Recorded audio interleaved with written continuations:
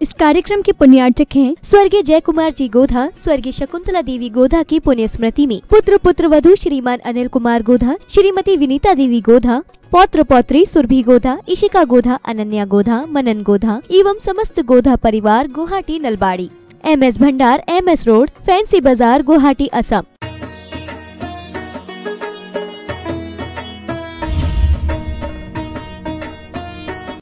धर्म स्नेही भूपात्माओं, जो मिला है हमें वो हमारे भाग्य से मिला है, और जो मिला है उसे संभाल के रखना ये हमारे सौभाग्य का समय होगा। वस्तुएं बहुत सारी मिलती हैं संसार में, लेकिन वो वस्तुएं व्यर्थ में बेकार चली जाती हैं। मिला है वो भाग्य है, और मिला हुआ वो संभाल के रखना ये सौभाग्य होगा। अगर हमारे जीवन में जो पदार्थ या जो व्यक्तित्व या जो हमारे जीवन की व्यवस्थाएं हमें मिलने का प्रयास किया है, उसको कैसे हमें अच्छे में बढ़ाने का प्रयास करना है, इतना ही विचार करके रखो। जो तुम्हारे पास मिला है ये तुम्हारी किस्मत, तुम्हारे भाग्य से ही मिला है, और इसको तुम्हें आगे आगे और बढ़ाते चले जाना और बढ़ाते चले जाना, ये तुम्हारे जीवन का बहुत बड़ा पुण्य और बहुत बड़ा सौभाग्य होगा। हम इस मनुष्य पर्याय को पा लिए, हमने ये जैन धर्म को पाया है। हम जैन धर्म के उस पुण्य की विशारत को अपने साथ में लेकर चल रहे हैं। ये सोच के रखना कि ये तुम्हारा जो जैन कुल में जन्म लेना है, ये समझो अंतिम ही तुम्हारा जन्म लेना है। यहां से कुछ ऐसे पुण्य एकत्रित होते हैं कि हम चतुर्गति में अब भ्रमण नहीं करेंगे, हम नरक और तिर्यंचों के दुखों को नहीं भोगेंगे, क्योंकि वहां सबसे निकलने का परमिट हमें मिल गया है जैन कुल में जन्म लेना। अब ये जैन कुल में आखिरी दरवाजे तक तो आप आ गए हो, क्योंकि तुम्हारे भाग ने तुम्हें इतना कुछ दिलवा दिया कि आखिरी दरवाजे तक आ गए हो, और दरवाजा खोलकर बाहर निकल जाना है। बार बार उस संसार में फंसना नहीं है। उसके लिए हमें केवल और केवल इतनी व्यवस्था बनाना पड़ेगी, कुछ तन की व्यवस्थाओं को सुधारना होगा, कुछ मन की व्यवस्थाओं को सुधारना होगा, और कुछ जो चंचल लक्ष्मी आपके पास है उसकी भी गति को सुधारना होगा। आप ख्याल करो, जैन कुल में जन्म लेने के बाद हमारे अंदर अगर कुछ गलत व्यवस्थाएं हमारे शरीर से जुड़ गई हैं, हम गुटखा, तम्बाकू, मसाला, शराब आदि अगर इन चीज़ों का सेवन करने लग गए हैं, तो हमारे शरीर को खराब कर रहे हैं, हमारे स्वास्थ्य को खराब कर रहे हैं, हमारे धन को, दौलत को, सबको समाप्त कर रहे हैं, और अशुभ का आश्रय करा रहे हैं। अगर हमारे मन में कभी कोई खुरापात आ गई है, विचार करके रखना, ये मन हमें जो केवल ज्ञान तक दिलाने का प्रयास करता, सदुपयोग कराने से, अगर मन में हमारे विद्वेष के भाव आते हैं, ईर्ष्या के भाव आते हैं, छल कपट के भाव आते हैं, किसी को नीचा दिखाने के भाव आते हैं, किसी के साथ गलत व्यवहार करने का भाव आता है, ये तुम्हें अनंत संसार देगा, अनंत संसार में फंसाएगा। ये मन तुम्हें मिला है कर्म काटने के लिए, कर्म बंद करने के लिए नहीं। इसलिए इस मन से कभी भी किसी के प्रति भी गलत ना सोचो, हम सबके लिए अच्छा सोचें।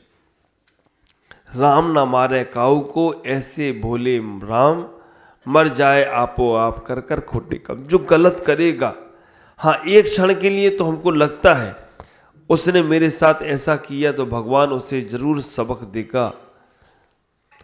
एक बार तो हमारे मन में लगता है उसने मेरे साथ चीटिंग की है तो उसे जरूर सजा मिलेगी। ये आप कहो या ना कहो, जो होना सो तो होना ही है, लेकिन हम कह के उसमें पाप कमा लेते हैं। आप विचार करके रखना, आप कहो या ना कहो वो तो उसके साथ होना ही है, लेकिन हमने ये कह दिया कि हम उसे जरूर इसकी सजा मिलेगी, तो हमने अशुभ का आश्रय कर लिया। उस वक्त हमारे मन में विचार एक बार आ जाए, केवल हमें गैर चेंज करना है केवल में इतना विचार लाना है कि मेरे ही कोई अशुभ कर्म का उदय होगा, मेरे ही कोई पाप कर्म का उदय होगा, या मैंने ही कोई कर्जा लिया होगा, या मैंने ही कभी कुछ किसी को गलत कहा होगा, उसी का हिसाब आज चुकता हो गया। देखना उसके बाद आनंद बहुत आएगा, पूरा मन बदल जाएगा। और जैसे तुमने कहा कि इसने मेरे साथ गलत किया है, इसका भी जरूर गलत होगा, उसका होगा नहीं होगा, लेकिन तुम्हारा मन उसके गलत देखने के लिए रोज सोचेगा कब गलत हो रहा है, कब गलत हो रहा है, कब गलत हो रहा है। तो वो तो फ्री, और तुम रोज अशुभ कर रहे हो, तुम्हारे मन में रोज अशुभ चल रहा है। कहना हमारा कर्म कट गया, और उसके लिए आपको कितना अच्छा लगेगा, कितना जीवन आनंदित होगा, बैलेंस शीट बराबर चुकता। आप विचार करना। तो हमें अपने मन के विचारों को बदलने का प्रक्रिया समझो। ये जो जैन धर्म है और कुछ नहीं, केवल भावों पर डिपेंड है, पूरा का पूरा धर्म भावों पर डिपेंड है। क्रिया तो एक है, क्रियाएं हमारी उन भावों को बदलने के लिए हैं, उन भावों को चेंज करने के लिए हैं, उपयोग लगाने के लिए हैं। उन क्रियाओं के माध्यम से अपने आप को समझने का प्रयास करो। देखो, मंदिर के भगवान तुमसे कभी भी नहीं कहेंगे कि तुम कुछ गलत कर रहे हो या सही कर रहे हो। यही भगवान है, इनकी तुम जैसे चाहो वैसे पूजा कर लो। यही भगवान है, जैसे चाहो वैसे अभिषेक कर लो। लेकिन ये जरूर ख्याल रखना, तुम्हारे भाव दशा से तुम्हारे पुण्य बढ़ेंगे और कर्म घटेंगे। आप ख्याल करो, हमारे ओम जी ने 4 बार का नियम लिया है, तो वो पूरा परफेक्ट पालन कर रहे हैं। और ये 4 बार का 40 दिन में कब परिवर्तित हो जाए कुछ कह नहीं सकते हैं, लेकिन भाव तो आ गया। तो इतना ही ये विचार करना, ऐसा पुण्य कब हमारा आएगा। अब हमारी कैलाश जी नहीं करते, अब इनका कब पुण्य में आएगा। बस महाराज का ब्याह करा लो, महाराज को बुला लो, आगमन और गमन, उसमें कैलाश भाई। तो आप ख्याल करके रखना, इतना ही पुण्य कब आएगा जब हम भगवान की पूजा कर पाएंगे। और ये पुण्य बहुत बहुत विशेष होते हैं। 36 काम छोड़ दो, सारे काम छोड़ दो, भगवान की पूजा आराधना, ऐसा मन बना लो आप, ऐसा सौभाग्य बना लो आप। और आपके माध्यम से कितने लोग इसमें जुड़ रहे हैं, ऐसा पुण्य। तो ख्याल करना, जैन धर्म मिल गया, जैन धर्म के बाद तन भी तुम्हें अच्छा मिल गया, मन भी अच्छा मिल गया। इस तन को, इस मन को अच्छे काम में लगाते चले जाओ। जितना अच्छा लगाओगे, जितना अच्छा जीवन में लगाओगे, उतना अच्छा होगा। हमें एक ही बात बोलता हूं ना, कल भी बोली थी, नमोकार मंत्र पढ़ने के पहले भी आप एक शब्द जरूर बोलो, सब अच्छा हो, सबका अच्छा हो। बस सब अच्छा होगा तो आपका कभी खराब होने वाला ही नहीं है, और सबका अच्छा होगा तो आप कभी किसी का खराब करने वाले नहीं हो, क्योंकि आप भगवान से बोलकर आए हो, सब अच्छा हो, सबका अच्छा हो। जब ये सूत्र हमारे दिमाग में आएगा, नमोकार मंत्र से केवल हमने भगवान को नमस्कार किया है, वो पुण्य में कारण बनेगा। लेकिन सब अच्छा हो और सबका अच्छा हो, ये धर्म ध्यान होगा, और ये धर्म ध्यान के माध्यम से आपके भावों में, परिणामों में बदलाव आना चाहिए। ख्याल करना, पैसा तो आया है, वो जाएगा ही जाएगा, लेकिन कभी अच्छे काम करने का मौका मिल जाए। आप विचार करो, हमारे बीरेन जी महामंत्री ने यही मूर्ति विराजमान कर दी, हमारे अध्यक्ष जी ने 2-2 मूर्तियां मंदिर में विराजमान कर दी। पैसा सबके पास था, लेकिन इनने अपनी चंचल लक्ष्मी को भगवान की प्रतिष्ठा में लगा दिया, भगवान के पूजन में लगा दिया। हमारे कमल जी ने सौरधम इंद्र का सौभाग्य लेकर कुबेर जी श्रीपाल जी बन गए, और उसके बाद तो लेन ऐसी लग गई कि ईशान इंद्र। आप विचार करना, लोग सोच रहे थे कैसे बनेंगे, लेकिन वो राहुल ने कहा मैं अपने पापा को बनाऊंगा, और ज्ञानचंद जी को बना दिया, विनोद जी को सनत इंद्र बन गए, महेंद्र इंद्र हमारे अजित जी बन गए। सुरेंद्र जी ने कहा कि पहली बार मैं सौद्रम इंद्र बना था, अब तुम महेंद्र इंद्र बन जाओ। उसके बाद तो जो लेन लगी, और पंचकल्याणक इतना सुपर हो गया, इतना अच्छा हो गया कि आदमी अभी तक भी उसके पुण्य से बढ़ते ही जा रहे हैं और अभी तक उसी की चर्चा चल रही, जहां भी कर चर्चा करो। अब जिस दिन भगवान वेदी पे विराजमान होंगे, सूर्य पहाड़ पर विराजमान होंगे, वो दिन स्वर्ण अक्षरों में लिखने वाला दिन होगा। वो दिन ऐसा दिन होगा कि आप कहोगे कि जीवन में हमने बहुत बड़ा काम किया है। मकान तैयार है, मालिक तैयार है, बस मकान और मकान के मालिक को एक स्थान देना है। और भगवान अब विचार करना, आदिनाथ प्रभु कह रहे हैं अब पूरे पूर्वोत्तर का उद्धार होना है, केवल गुवाहाटी का उद्धार नहीं होना है। आप विचार करके रखना, तीर्थंकर सृष्टि के उद्धार की बात करते हैं। हमारे नेमीचंद जी यहाँ बैठे हैं, वास्तव में ऐसा व्यक्तित्व तो हमने नहीं देखा। कोई भी कार्य हो, कोई भी अच्छा कार्य हो, सबसे पहले नाम नेमीचंद जी का लिख दिया जाता है कि दान हो, दक्षिणा हो। शरीर से भी मैंने एक दिन और बोला था जब नेमीचंद जी नहीं थी कि ध्यान 5 मिनट आप लोग जरूर करो। जब मैं देखता हूं तो वो ध्यान मुद्रा में बैठ जाते हैं, अभिषेक में बैठ जा, अभिषेक नहीं कर पाए फिर भी करते हैं, फिर भी जितना वो अपने आप में लौटने का प्रयास करते हैं। इतने लोगों के यहाँ पर समाधियाँ हुई होंगी या मरण हुए होंगे, लेकिन उन्होंने कह दिया मेरी पत्नी जो सौदर जो हमारे सिद्ध चक्र विधान में बैठ के गई, और जाने के बाद भी, जाने के पहले भी वो लेकर आई, एम्बुलेंस लेके जाओ, हमें महाराज जी के दर्शन कराना है। आप विचार करना, ऐसे भक्ति और भाव, और उनके भी भाव निर्मल है। महाराज 1 साल रुक जाओ, हम आपके साथ चलेंगे, 1 साल और आप इधर विचरण कर लो, फिर मैं आपके साथ चलने वाला हूँ, मेरे को रहना ही नहीं है संसार में, क्योंकि मुझे कल्याण करना है। ऐसे भाव, ऐसे पुण्य अर्जन होना चाहिए।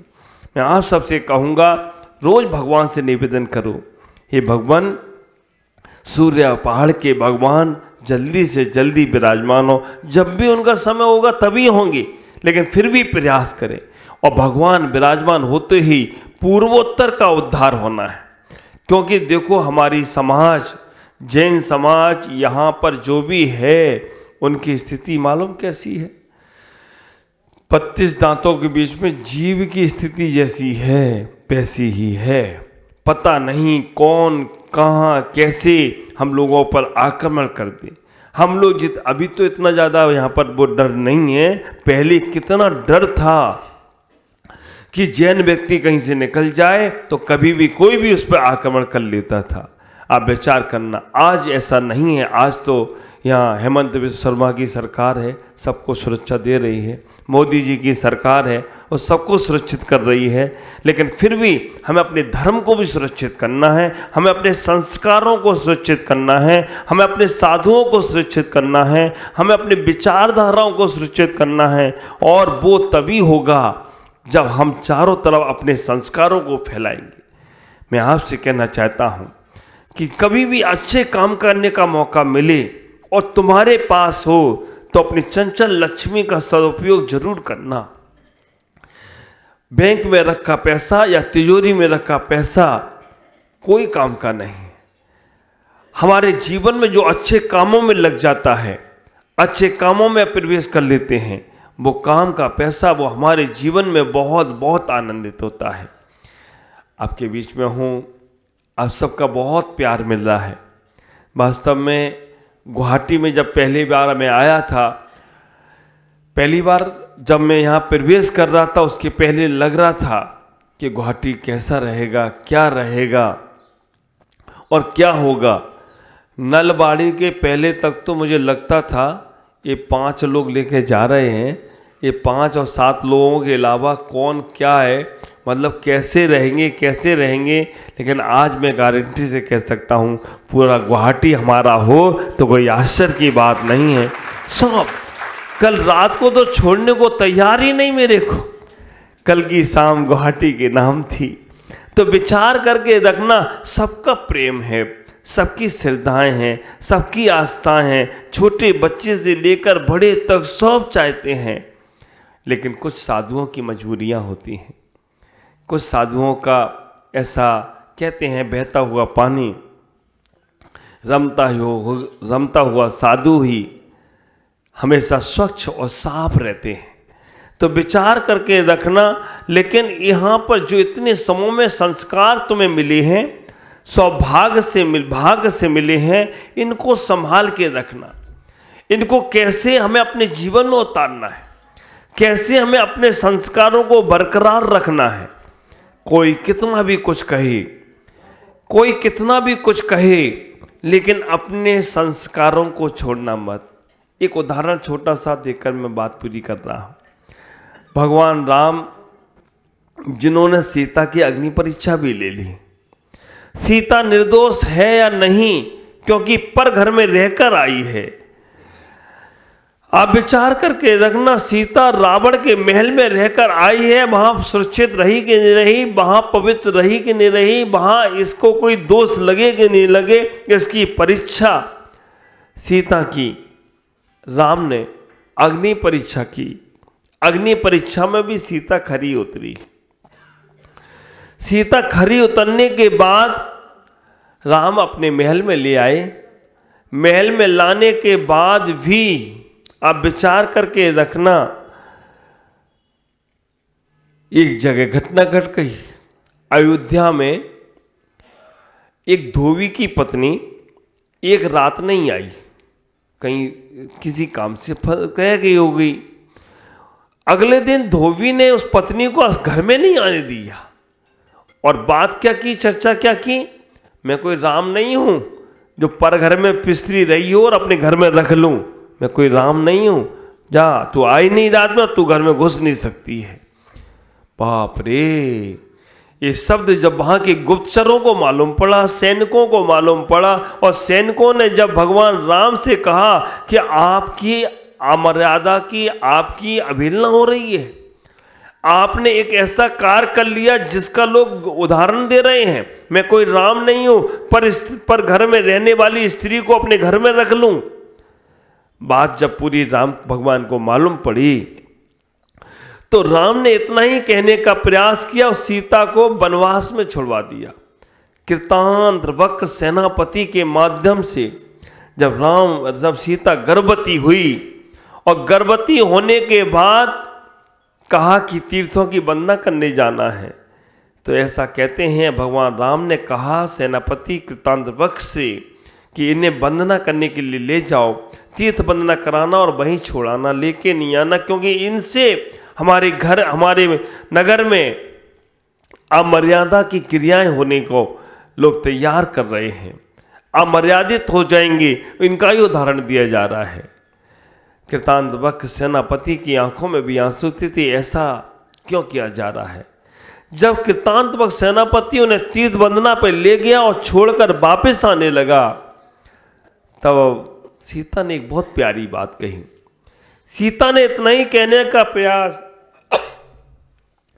किया, मेरे भगवान राम से कह देना कि धोबी के कहने से मुझे तो छोड़ दिया, धोबी के कहने से अपनी प्यारी सीता का परित्याग कर दिया, जिनके लिए तुम लड़े, रावण से लड़े, लेकिन किसी धोबी के कहने से अपना धर्म नहीं छोड़ देना, अपनी मर्यादा नहीं छोड़ देना, अपने संस्कार नहीं छोड़ देना। जब ये बात सीता ने कही, बस वही बात मैं कह रहा हूं, आप विचार करना, हमने पाप कर्म छोड़कर जैन कुल को पा लिया, लेकिन कभी कोई तुमसे कुछ कह दे, नहीं तुम मंदिर नहीं आना, तुम नहीं करना पूजा अभिषेक, चले जाओ यहां से, निकल जाओ, ख्याल करना, उनके शब्द थोड़ी देर बाद फिर शांत हो जाएंगे, लेकिन तुमने अपने दिल में अगर उन शब्दों को बैठा लिया तो आप फिर धर्म से दूर होते चले जाओगे, फिर धर्म कभी नहीं कर सकोगे। इसलिए हम अपने जीवन में इतना ही समझें,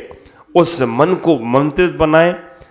शेष विशेष चर्चा दोपहर में आपसे करेंगे। केवल उन बातों को अपने घर में रखना है। भाग्य से हम मिले थे, अब संभाल के रखा तो सौभाग्य तुम्हारा अहोभाग और परम भाग में बदल जाए तो कोई आश्चर्य की बात नहीं होगी। आज इतना ही। ओम नमः जय गुरुदेव।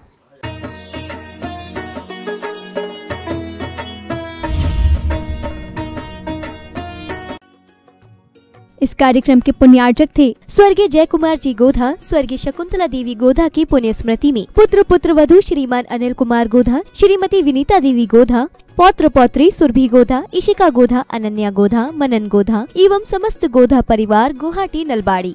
MS भंडार, MS रोड, फैंसी बाजार, गुवाहाटी, असम।